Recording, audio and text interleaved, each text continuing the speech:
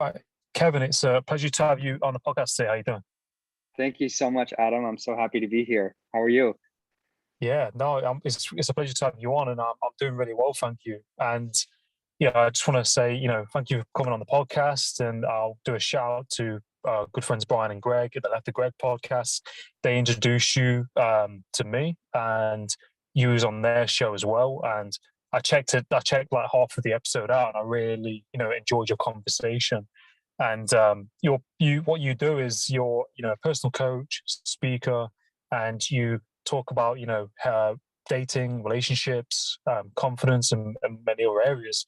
How did you kind of get into this, and what's your kind of like story where it kind of started really? Sure. Yeah. Huge shout out to Brian and Greg. If everybody should check out their podcast as well. It's called the Left of Greg podcast, and they're fascinating guys. Um, so yeah, I work with clients one on one, and I also speak at schools, businesses, conferences, um, different organizations on four areas. One is dating and relationships. Two is self esteem and confidence. Three is anxiety and depression, and four is career, passion, purpose, figuring out what you want to do with your life.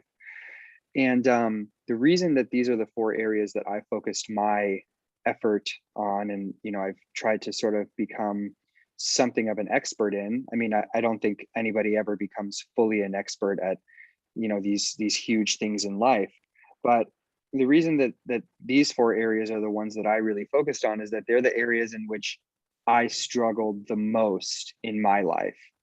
Um, so when I was 19, I was diagnosed with a chronic incurable disease, and I fell into a very, very deep depression. I started experiencing panic attacks. I became suicidal. So I had to sort of lift my way out of that. As a result of all of that, I had absolutely no confidence. I had no self esteem. I had no hope for the future. So I had to develop, somebody who's 20, 22, 25, they're supposed to be happy, confident, joyful. I had to develop all of that after I went through this trauma and depression. I developed severe anorexia. I was about 112 pounds. I don't know what that is to stone in UK, but I was, basically my organs were failing, and I was just skin and bone. So, I got exposed to eating disorders and how terrible they can be. And I could not figure out what I wanted to do with my life because I was hopeless and directionless. And then once I started to get a little bit happier and a little bit healthier, by working with doctors and therapists and sort of getting the disease on track, I started getting into some relationships with women. And then I realized, wow, I have so many relationship issues in the love department. I have abandonment, I have codependency, I have attachment issues from my childhood that I didn't even know about. So basically, between the ages of, I would say, 19 and 24, I just had nothing figured out. And and I had to teach myself how to become happy and healthy in these areas. And I found that these four areas are the things that every person in their 20s and 30s struggles with on some level. So, if you ask me, hey, I need business coaching, I can't help you because I have a business coach. I'm still learning and growing in that area.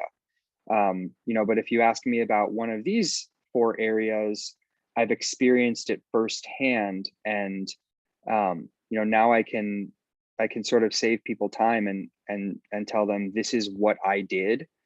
These are the exact steps and processes that I followed to learn how to be happy and healthy in my life.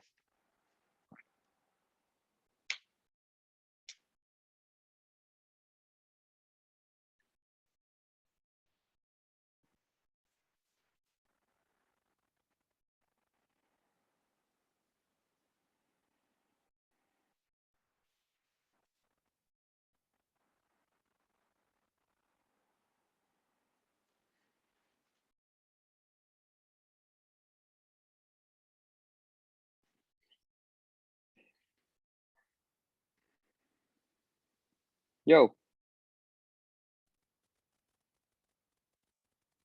hey. Right. Sorry about that. The internet cut off, I think. But you were saying from the ages of 19, I think, to 24, you said you didn't really have it figured out.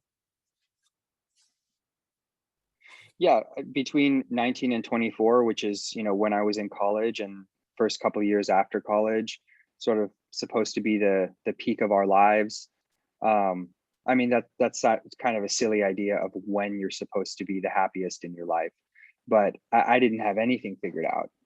And, you know, over the course of the last 7 to 10 years, I've made it my mission to figure these areas out, learn how to be healthy, learn how to be happy, learn how to have healthy, successful, stable relationships, decrease my anxiety, increase the amount of gratitude that I feel every day, and really save other people time, teach them the shortcuts.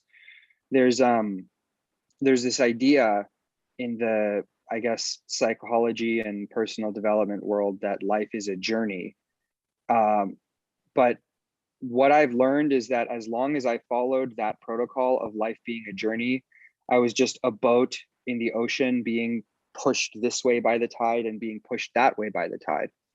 If you follow life as a process, as a series of making wise and intentional decisions and modeling the behavior of other people who have been happier and more successful than you have been, then you actually have some direction and you move toward targets, and then you can have some measurable results.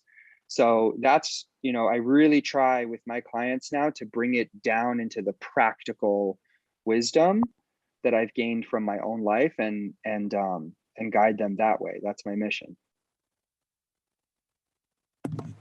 No, I really love what you just mentioned there, and how life is, like a process of events, and it's this, there's a lot of pressure on people, to have it, I think, figured out and to be a certain way. And from what I'm hearing, what you're saying is, like the incredible, journey, like the experiences that you've had in your life and the challenges that you've had to face, at such a young age, and like you said, with the eating disorder and, you know, um, certain things not working out for you and all this kind of resilience that you've gained and, all these kind of hard situations in your life have kind of built you up to where you are now. And it's really nice that you're able to help people, with these difficulties that they might be going through themselves.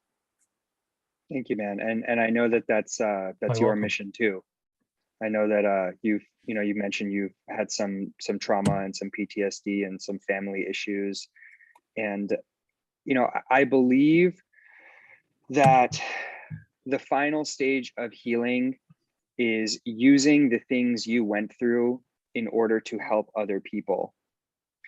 However, there's one caveat, which is, you probably know this from working in this field too. I can't tell you the number of speakers, coaches, counselors, therapists, etc. I meet who are giving this great advice, but then you look at their private lives and their lives are a wreck. And I don't really believe that those folks are in the final stage of healing. I believe the final stage of healing is you've done 80 or 90% of the work on yourself, and then you draw huge fulfillment from being able to guide other people, and you turn your tragedy into a triumph that way by really paying it forward. But you know, I I would not advise my younger self or anybody else to start trying to coach or teach or help other people with their personal issues if they're right in the thick of it. Because I think about, like, when I was anorexic, I knew enough about anorexia to be able to tell other people, you've got an eating disorder, here's probably what you should do, here's what you shouldn't do. But then I was still eating, 300 to 500 calories a day. I was still severely depressed. I still had these major control issues. So am I really in the final stage of healing if I am still putting myself through that punishment, and if I'm still enacting that maladaptive, dangerous behavior. Not really. But if I can get through the anorexia, and nobody's ever going to be perfect. I mean, thank God I don't have any eating disorders or food issues anymore, but I do have issues in other areas. If you can get through it, 70, 80, 90%, and then start helping other people, I do believe that that really helps you heal more fully. And, I always say that it's not about having a decked out 747. Your airplane just needs to be safe enough to fly. It's not about having a yacht that's millions of dollars. Your boat just needs to be safe enough to travel the waters. So it's progress, not perfection. As long as you don't have a major gas leak or a broken wing or, a huge hole in the middle of the boat, then that's okay. That's enough to keep going, help other people, contribute positively, get into a relationship. It's when you're still in the midst of crisis that you don't want to get into a relationship. You don't want to start necessarily a new job or make major life changes. You don't want to start teaching and guiding people. Your airplane needs to be safe enough to fly before you embark on those other steps. Yeah, no, I think that's really great advice. And I think, like you said, you have to maintain, like you said, the example of the boat or the plane or, your vehicle. And, we're kind of like our own vehicle, really. And, like you said, you have to maintain and make sure that you're okay first and you're stable enough in yourself before doing anything else. And how, if you've been through like certain traumas or things in your life, that if you're in the thick of it and still going through it, like you said, it's probably not the best place to then start trying to help other people. As long as you've made a bit of progress and you're still figuring it out, and like you said, it does kind of help in that process of you understanding and healing as well, which I think is really important. I think, like you said as well, a lot of people are in coaching and other fields, and they're not really kind of through whatever they're kind of been through, or they might not necessarily have the experience. They may not be practicing what they preach. Yeah, that's what I mean. Yeah, they might be selling something, but they're not actually experienced it, if that makes sense. And there's like a blurred line with it. But like yourself, you've been there, you've been in that situation, you know how it feels, and you can really help and relate to other people to help them. And I think that's something that's really rewarding and key in life and coaching. And that's what I really like about what you do, because you've been there yourself, you had these struggles, and you had that. What was the health condition you mentioned? Like, not the eating disorder, but you mentioned Crohn's disease. Yeah. It's an autoimmune disorder. It's a disease of the stomach. So I couldn't keep any food down. I had excruciating pain in the stomach. I mean, not to be too graphic, but I could not stay out of the bathroom. I was throwing up blood. I got stomach ulcers, which are just a nightmare to have. And like, when you have a chronic disease that is in an acute condition, the amount that it destroys your mental health is totally underrated. Like, being in chronic pain, waking up every single day and being in physical excruciating pain, even if you're the happiest person in the world, it is maddening.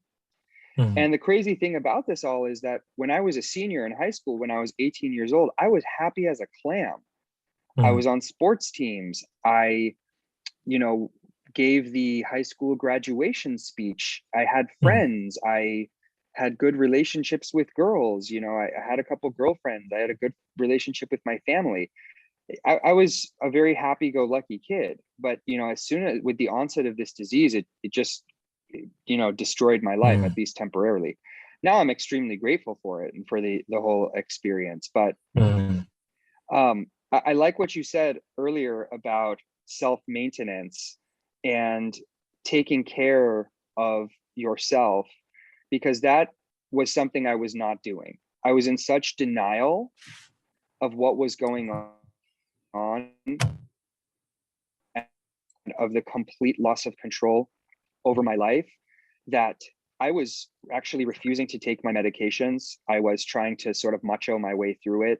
I was pretending that this had happened and disavowing any responsibility. I was just waiting for God or the doctor or my mom or someone else to clean up the mess, when you know, we all know that it never works that way. And now we hear a lot about self-care, as in, you know, I've been really sick or I've been really, really stressed out for the last 3 months. So for a weekend, I'm going to go get a massage or like go to the spa or something. And that's my version of self-care. And what I've realized is that self-care is a bit of a misnomer, because it actually needs to be self-maintenance, not self-care. And by self-maintenance, I mean that you don't wait until the machine breaks down and then hire a technician to come in and fix it once every 6 months. Every single day, you oil the machine with tiny habits. That could be taking your medications. It could be 5 minutes of prayer, 15 minutes of meditation, an hour of exercise, working at a job that fulfills you, 20 minutes of calling a friend that you love, any number of things. It doesn't have to be all of these things. But if I look back at the times in my life where I was most depressed and most despondent and most down and out, I didn't have any of these healthy habits, and I wasn't doing any of the daily self-maintenance. And I basically waited and waited and waited until I broke down and then had to be hospitalized, or, you know, I'd have a terrible week. And then on the weekends, I would like, after I was anorexic, I developed binge eating disorder. So I would go a whole week eating absolutely nothing, starving myself for 3 days. And then my self-care on the weekend is like I would eat 10,000 calories in a day, you know, because I had binge eating disorder, you know, or once every 6 months, I would go on a vacation or something like that. But none of that stuff makes a difference if you're not maintaining the daily practices. And I've learned that the difference between people who are extremely successful and have peace of mind and fulfillment and the ones who are not, they're not walloping differences in career or IQ or money or anything like that. All of those things are byproducts of extremely productive daily habits. All of those things are the byproduct of, like, the successful people are the ones who put a tiny bit of wood on the fire every single day, and they're masters of that self-maintenance. They don't compromise their sleep, they don't compromise their meditation, they work on their relationship with a couples counselor if they have to, they exercise. These things aren't rocket science. So we think like, oh, it's not, you know, whatever, I know that that's important. Well, yeah, no shit, Sherlock. It's everybody knows that it's important, but are you doing it? That's what it comes down to. Mm.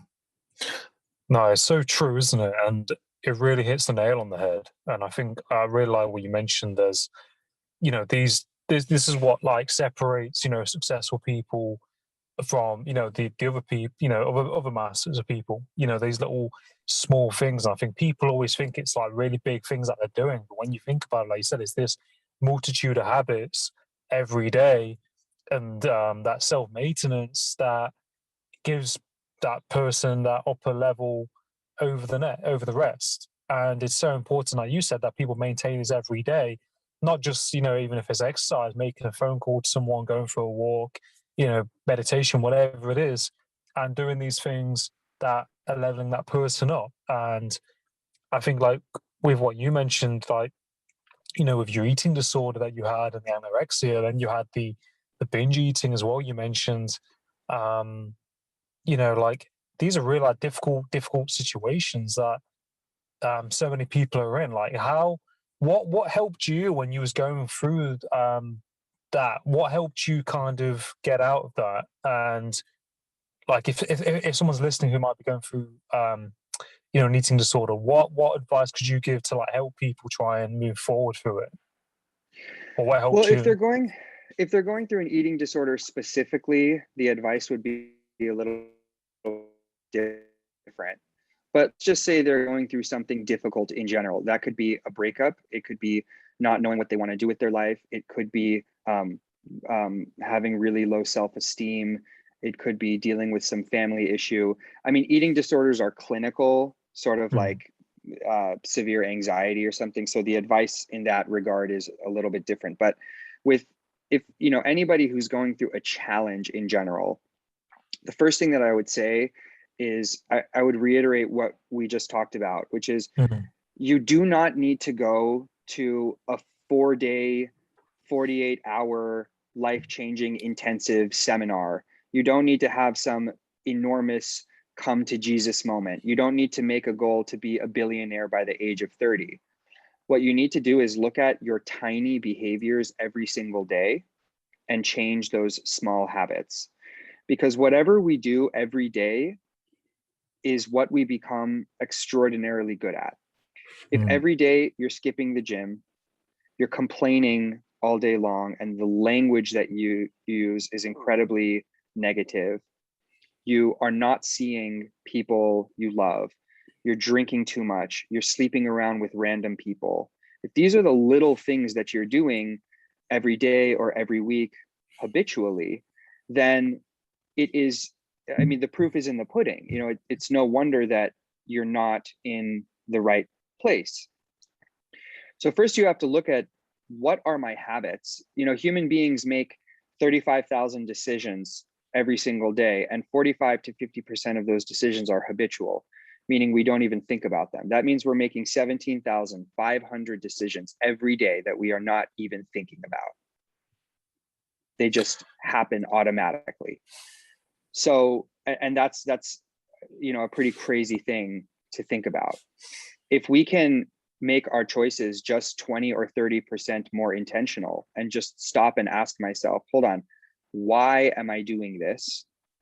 And is this going to get me closer to or further away from my goal? Then the aggregate, the collective difference that makes in just 3 weeks or 3 months is absolutely life-changing, way more life-changing than a 4-day seminar. I can promise you that. If you look at your small decisions and you say, hold on, before I make this choice, whatever it is, whether it's to take drugs, whether it's to look at photos of an ex, whether it's to quit your job, whether it's to skip the gym, whatever it is, before I make this choice, will this help me or hurt me? Will this get me closer to or farther away from my goal? You do that over and over again, and the change in the results you will see is absolutely tremendous. That's the first thing that I would say. The second thing that I would say is, don't do it alone. Get a professional in your corner. Get a coach, get a therapist, get a counselor, get a mentor. Have somebody who can keep you accountable and help you see things from a more objective perspective. Because the way that we operate and the way that we see our problems is from a unidimensional perspective, where it's me all the time. My problems, my insecurities, my anxieties, my fear. It's like, hold on a second. There's a whole other world out there that is operating right now. And there's 10 million possibilities for you to grow and accomplish and have all the things that you want. And Tony Robbins likes to say, you need to be able to see the problem as bad as it is, not worse than it is. And that's one of the major things that having someone in your corner can help you with, is to help you see things more objectively and to keep you on track and call you out on your own bullshit. Excuse my language. That's fine. So those are the two starting places. Look at your daily behavior and get some professional help. Those are the practical changes. And then there's a conceptual change. The things that helped me change my life the most were those practical changes, as well as many others. and then a few conceptual changes, a few changes in my worldview. And the biggest change in my worldview was that, usually people say the biggest change is the concept of personal responsibility, which I completely believe in, that no one's going to clean up the mess for you and you have to take accountability for your life. That's sort of a low-hanging fruit, though. Everybody hears that and everybody knows that. The biggest change in my life conceptually was that the world, Adam, is a cruel, horrible, awful, scary, worrisome place. And at the same time, every single experience of our lives is a blessing, and every single day that we are alive is a miracle. Both are true. The world is scary and horrible and cruel, and the world is beautiful and wonderful and abundant, and there is no limit to the amount of joy and fulfillment and success that we can have. Now, if both of those things are true, how do you reconcile that problem? The way you reconcile that conundrum is by choosing which truth you want to put in your personal foreground, and choosing which truth you would like to be the guiding principle of your life. Because you can find mountains of evidence to support that your life is shit and you have anxiety and things are horrible and you're scary. You wouldn't be deceiving yourself. You have evidence for that. You've been through breakups, you've had family stuff, you've had trauma, you could get hit by a bus tomorrow, blah, blah. But you can also find mountains of evidence to support that you have a fantastic life.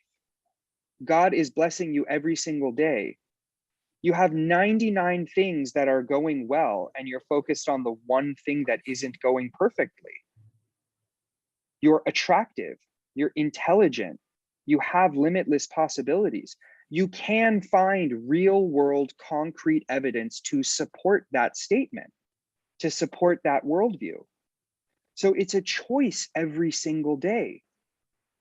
There is no reconciling the problem, because this isn't a tragedy of right versus wrong or true versus false.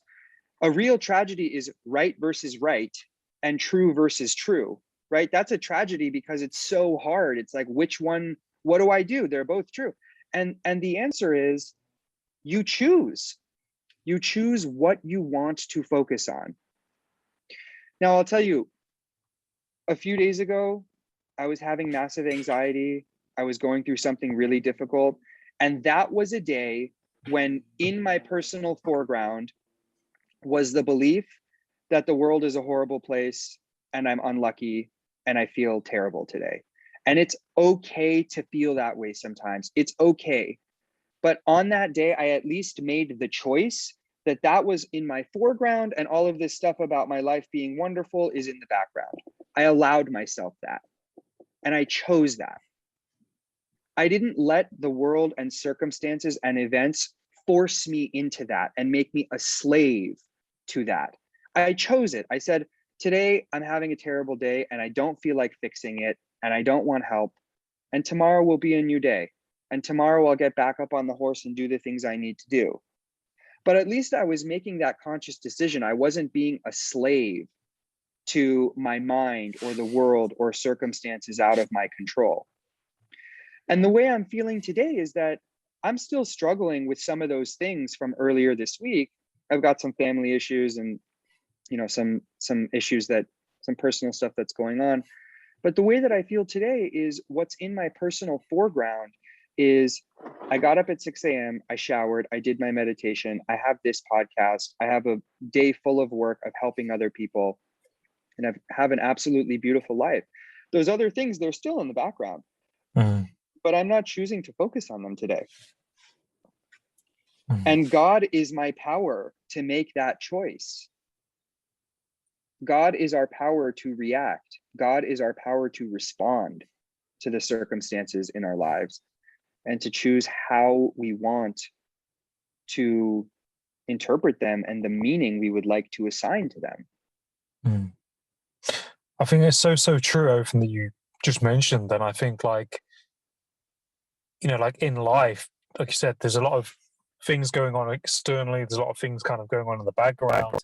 But like you said, it's taking accountability for kind of where we're at and deciding, looking at the things that are going right for us. And there might be off days and there's days where we don't feel okay, but we ultimately have a choice, like you said, not to be a slave of our circumstance, kind of quote unquote kind of thing. Like some people do, they'll point, oh, I'm this way because of this, etc., and they drag that through their entire lives. Whereas, like you're being accountable and saying, okay, I'm going to move forward, and this is what I'm doing, and looking at where you are in the present moment and the things that are going right for you. And I think it's so important that we do that, and it's really liberating. And you can to have that to be able to change your perspective and not to be able to dwell on that. And I think everything you mentioned is so important.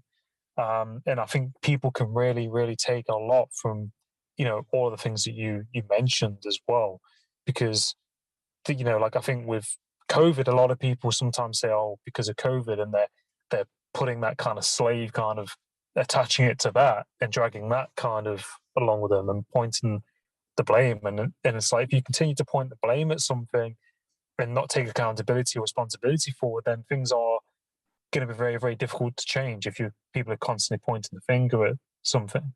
And Yeah. it's so Every time you important. point the finger at someone else, you have three fingers pointing back at you. Yeah. Yeah. But like you said, oh, because of COVID, this, that, and the other, like COVID sucks, man. I hated it just as much as anybody else. And I'm in Los Angeles, where we had the worst lockdowns of anywhere in the whole United States. Yeah. But what you're doing there is, I mean, this is how our brains work. We start with a statement and then we collect evidence to support it. So if you start with the statement, I'm behind on my dating life, or I'm not married, or I'm unwanted, or whatever, boom, the first piece of evidence you're going to reach for is COVID, quarantine, couldn't meet people, lost my job, lost money, got fat, blah, blah, blah. Now, maybe all of that is true. I'm not saying that evidence is false. But if you start with the statement, this is where I am, I'm turning my life around, despite my circumstances, I still have a lot going for me, and I still have a lot of hope for what I can do, then you will pull evidence to support that. Got a new job, got back in shape. I've been through harder things in my life. There is so much that's going well for me. I have savings. I have friends who can set me up, blah, blah, blah. You can pull evidence to support that. And we're doing this unconsciously all day long. We're starting with statements that we're not even aware of, and then we are cherry picking evidence to support them. Right now, there's a certain level past which you can't deceive yourself. Like if you're an alcoholic, you can't tell yourself, I'm not an alcoholic, and then find evidence to support that's actually true. Like you will do that. You'll say, I'm not an alcoholic, and then you'll cherry pick evidence to support that you're not an alcoholic, even though you are. So what I'm saying is there are some situations in which you can really deceive yourself into believing things that are not true. It's like a lot of people believe that the earth is flat, for example. But this just goes to show how powerful this process is, that we start with a belief or a statement, and then we will go to any length to support it, to make it true in our own minds, right? So the solution to this is you have to change the statements that you're starting with. If the statement you're starting with is, I'll never get what I want, or I'm unwanted, or people don't like me, or I'm unintelligent, or whatever. First of all, is that statement really true? Can we tweak it? Can we refine it? Can we change the way that you look at it? And then let's say you look at your life and you have no evidence to support it. Let's say your statement is, I'm fat. Okay, fine. First of all, you shouldn't say I'm fat, because that language isn't going to help you, right? But let's say your statement is, I would like to lose some pounds. Do you have any evidence to support that? No, because you're overweight. So what do? You create some, right? Lose some weight if that's your goal, right? Or gain some weight if that's your goal, or whatever it is. So that way you can point to evidence to support the statement that I am capable of losing weight. Start with the statement, I'm capable of losing weight. Show yourself that that's true. And then the next time you have evidence to support that for the next statement that you want to make, or the next belief that you want to have. But at the most fundamental level, you have to stop and analyze your beliefs and the things that you're telling yourself all day long, because they will come true. Yeah, that's so true. And I think, like you said, about your beliefs and, seeking evidence from the environment and cherry picking to kind of reaffirm what's going on. I think, like you said, a lot of people do that. And sometimes we probably do that. But then, like it's like you said, being very aware of your mindset, your thoughts, what's going on. And, like you said, there's that quote, isn't there? I don't know where it's from. It's like, thoughts become things. I think it's, is it Think and Grow Rich, maybe? Like, what you think you become, don't you, ultimately? And like what you were saying, for example, like losing weight or gaining weight, looking at what is it that I can do to get to that next step, like, and kind of cherry picking in that way, trying to look at, and once you do that, then you can facilitate that and go, okay, well, I see improvements and I know why, because I've worked on myself in this situation over time, and these are the results. And then you can cherry pick in a positive way and be like, look, this is where I was and this is where I am now. But it, like you said, a lot of it is accountability, self-discipline, and these daily kind of self-reflections, and owning where you're at ultimately. Yeah. I wish I had a magical elixir, man. Yeah. Like I see these videos online that are like, do this for 10 minutes a day and your entire life will change. And it's like, no, that no one thing is going to change your entire life from 10 minutes. Like that could be one thing that you do, but you need 5 or 6, 7, 7, 8 other daily practices that you do every day. And yeah, the aggregate of all of those will change your life. But there is no other way. That self-discipline is really what creates results. Now, there's a chicken and the egg situation here, which is that in order to have different results in your life, whether you want a girlfriend or you want to make more money or you want to lose weight or whatever, in order to have any of those results, you do need to believe in yourself, and you need to believe that you're worthy of that and that you're capable of that. But in order to believe that you're worthy and capable, you need to have some results. You need to have some things that you can point to that show your mind, look, you've done this before, so you actually are capable and you are worthy, right?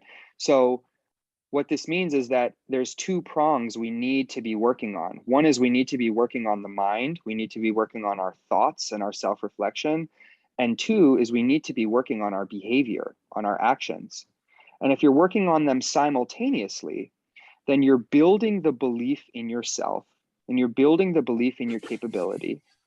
And concurrently, you're putting in the work to create new results, right? Because the results come from the actions you take every single day, right? But you need both. If you just try to do the results, you could make all the money in the world and still be really depressed. And if you just try to work on the mind, you could open up your chakras and do all of this spiritual stuff and try to be happy. But I don't know anybody who's truly happy without at least some of the results that they would like to see in their life.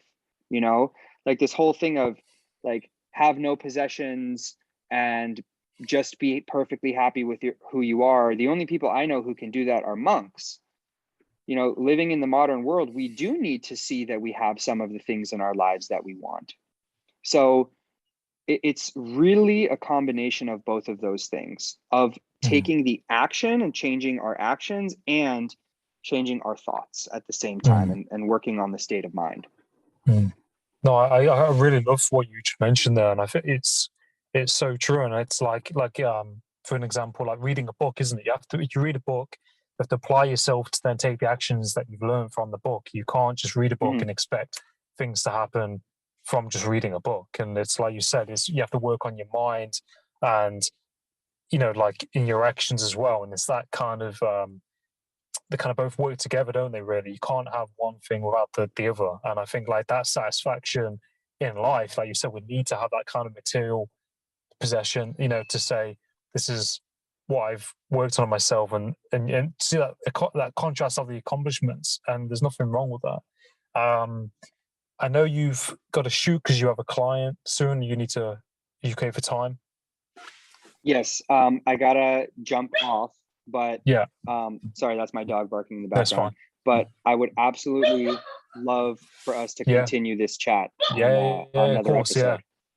Yeah, no, definitely. We can definitely do quite a lot of these, and I look forward to next time. And I just want to say it's been a pleasure talking to you in this episode. And I hope everyone enjoys it. I hope you have a great day, and I look forward to next time.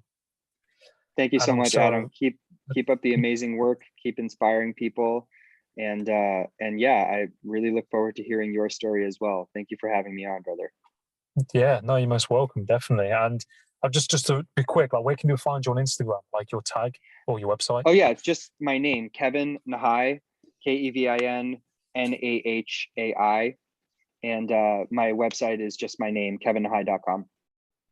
Oh, awesome, great. And I'll put it all in the bio, and I stay tuned for next time. And have a great day, Kevin. You too, brother. God bless. Cheers. You're all the best.